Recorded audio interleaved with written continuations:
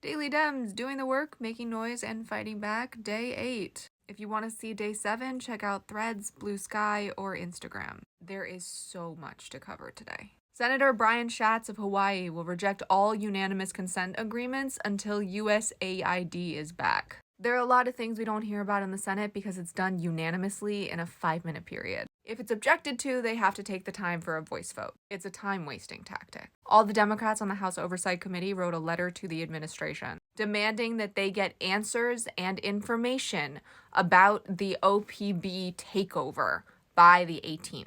Yes, I know you're going to say this is just a letter, but this is how things get done on the Hill. Don Beyer of Virginia District 8 realized how dire today's situation was, and so he held an emergency town hall for his constituents. I love this so much. Rep. Diana Gaudet of Colorado District 1 released this press release. It explains how Republicans have the power. There's only so much Democrats can do without Republicans crossing the aisle, and it's on us as constituents to get them to that point. Schumer says that he and Jeffries are working together on legislation to stop what's happening in the Treasury Department. And Schumer, Senator Patty Murray from Washington, Senator Elizabeth Warren from Massachusetts, and Senator Brian Schatz from Hawaii all held a press conference over Musk getting into sensitive data. For the record, they have held a lot of press conferences in the last 2 weeks. And 13 Democrats spoke at this rally outside USAID headquarters and even tried to get into the offices. And those Democrats are Rep. Don Beyer of Virginia 8,